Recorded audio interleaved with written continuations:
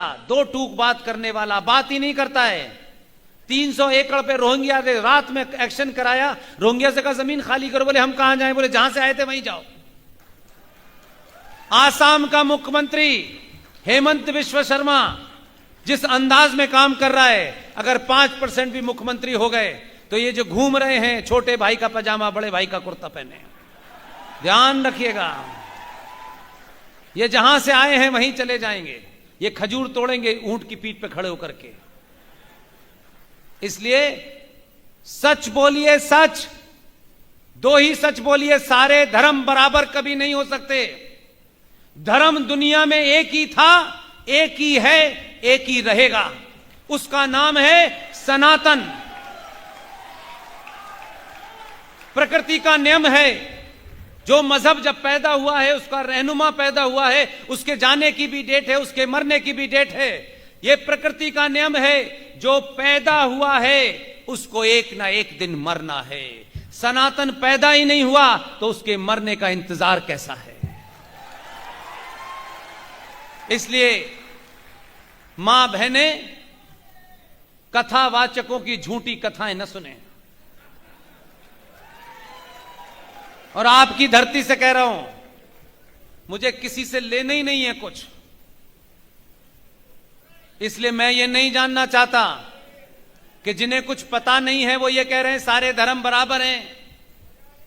दुनिया में ये मुमकिन ही नहीं हो सकता। एक नरेटिव चला पूरी दुनिया में, आज सारी दुनिया पूछ रही है बार बार। एक नरेटिव चला, Islam is a religion of peace. वो ईमानदार लोग हैं, कम पढ़े लिखे हैं, तब भी उन्होंने पीस की स्पेलिंग सही बताई। आप ज्यादा पढ़ गए थे इसलिए पीस की स्पेलिंग गलत समझ रहे हैं।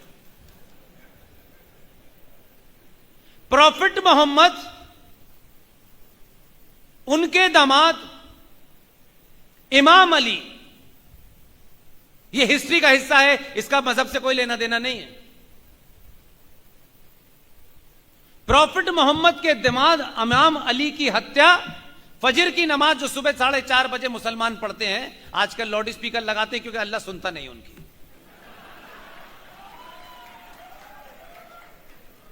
फजर की नमाज में अली प्रॉफिट मोहम्मद के दामाद जब सजदे में गए नमाज पढ़ने के लिए तो उनकी गर्दन काट दी। प्रॉफिट मोहम्मद की एक ही बेटी थी, शादियां 13 थी। उनकी एक बेटी थी फातिमा।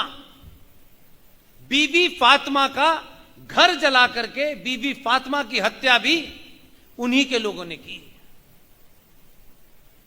प्रॉफिट मोहम्मद के बाद जितने भी खलीफा आए, पहला खलीफा अबू बकर, उसकी हत्या, उस्मान की हत्या, उमर की हत्या, और प्रॉफिट मोहम्मद के नवासे यानी उनकी बेटी फातिमा के बच्चे हसन हुसैन की हत्या करबला के मैदान में।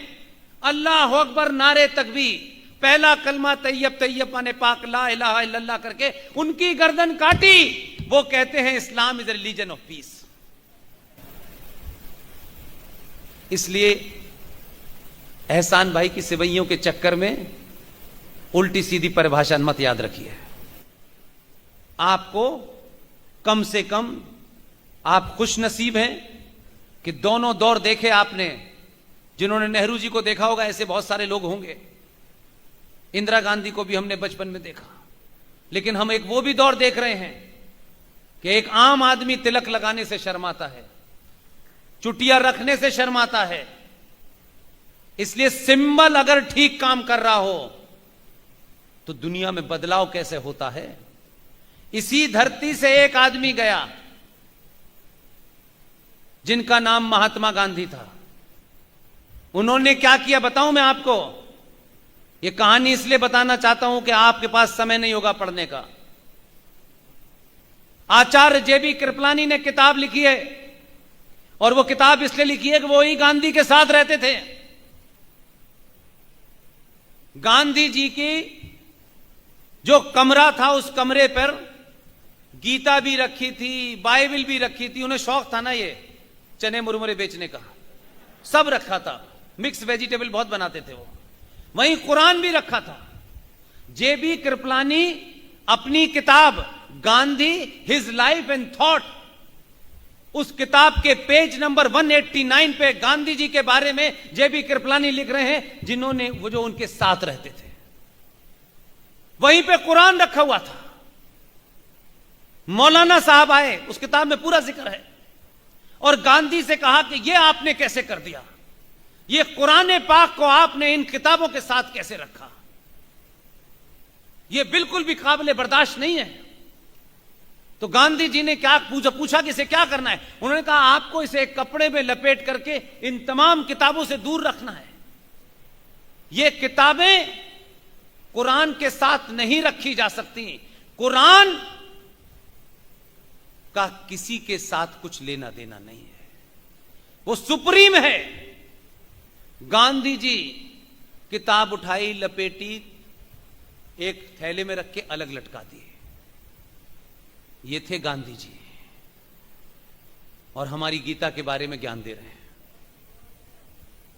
इसलिए आज के बच्चों को सच बताइए, गीता के बारे में पता है ना आपको? क्योंकि बहुत सारे लोग मुझे ईमेल करके कहते हैं कि आप ये काम कराइए। मैंने कहा मैं कोई काम नहीं कराता, मैं एक ही काम करता हूं, मैं सार्वजनिक सभा में रायता फैला देता हूं। उसके बाद बटोरिए जिसको जो बटोरना है, पूरी ईमानदारी से रायता फैलाइए। आप भी रायता फैला, एक जज साहब समझ गए, 2011 की घटना है, तब यहां से गुजरात से यहां नहीं मानी गए थे, लेकिन उस आदमी की आंख देखिए, उसने उस जस्टिस को बुलाया, मिला चुपचाप, आज तक कोई तस्वीर नहीं है। 14 में जीतने के बाद पहला काम यह किया प्रणब मुखर्जी के पास जाकर के, जिसके बारे में मैं कह चुका हूं। लोगों को पता ही नहीं है कि गीता भारत का राष्ट्रीय ग्रंथ 2011 से घोषित हो चुका है। गीता कोई मजहबी किताब नहीं है। उसको मैं दूसरे तरीके से कहता हूं, जो घर चलाते हैं उन्हें रामायण पढ़नी चाहिए, जिन्हें राष्ट्र चलाना है उन्हें गीता पढ़नी चाहिए। सॉरी, रामायण और गीता की यही फर्क है, और वो पढ़ रहा है और दुनिया को पढ़वा रहा है। आप भी गीता पढ़ें एक बार, आपको अपने कर्तव्यों का बोध होगा और ये लालच और कायरता समाप्त हो जाएगी। और गीता पढ़ेंगे तो भगवान कृष्ण के बारे में ये जो कथाकारों ने एक अजब ड्रामा रचा है, ऐसे कृष्ण जी को बताते हैं कि सबसे छिचोरा लड़का वही था। कभी वो महिलाओं के कपड़े लेके चले जाते हैं पेड़ पे, कभी वो माखन चोरी, उनका यही चरित्र हमको बताया। ये चरित्र नहीं बताया भगवान कृष्ण का। बांसुरी बजाते बजाते जब अर्जुन धनुष बाण उठा करके अधर्मियों के खिलाफ नहीं चला पा रहा था और उसके हाथ पैर कपकपा रहे थे, बार बार वो कृष्ण जी की तरफ देखता था, तो कृष्ण ने कहा धनुष उठा और ये अधर्मी, ये तेरे खिलाफ नहीं, ये राष्ट्र के खिलाफ हैं, इनका डीएनए भी अगर एक है तो इनकी हत्या कर, बस इसके अलावा कुछ नहीं। हम कृष्ण के उस रूप को नहीं बताते। बांसुरी बचाने वाले कृष्ण की बड़ी चर्चा होती है। वही कृष्ण जब हाथ के अंदर कुछ और उठा लेता है, वो चरित्र नहीं बताते। इसलिए मां बहनों को चाहिए कि भगवान राम का चरित्र पढ़ें तो ये भी पढ़ें कि भगवान राम आदर्श थे, मर्यादा थे, लेकिन उन्होंने भी तीर कमान तान लिया था जब समुद्र उनकी बात नहीं सुन रहा था। इसलिए इंटॉलरेंट बनिए। आपकी सरकार के नेता ने कहा है कि सड़क के किनारे जो गंदगी है उसके प्रति आपको इंटॉलरेंट होना चाहिए। होना चाहिए कि नहीं होना चाहिए? तो इस देश में 20-25 करोड़ गंदगी के गठरे घूम रहे हैं, उसके खिलाफ आपको इंटॉलरेंट होना चाहिए कि नहीं होना चाहिए? पागलों के खिलाफ, जिहादियों के खिलाफ, जो इस देश को तोड़ना चाहते हैं, खत्म करना चाहते हैं, सड़कों पे, गली गली चौराहों पे हत्या कर रहे हैं, उसके खिलाफ आपके अंदर इंटॉलरेंस होनी चाहिए। इसलिए कब इंटॉलरेंट होना है, कब सहनशील होना है, यह पाठ पढ़ने के लिए गीता पढ़िए, सब ठीक हो जाएगा।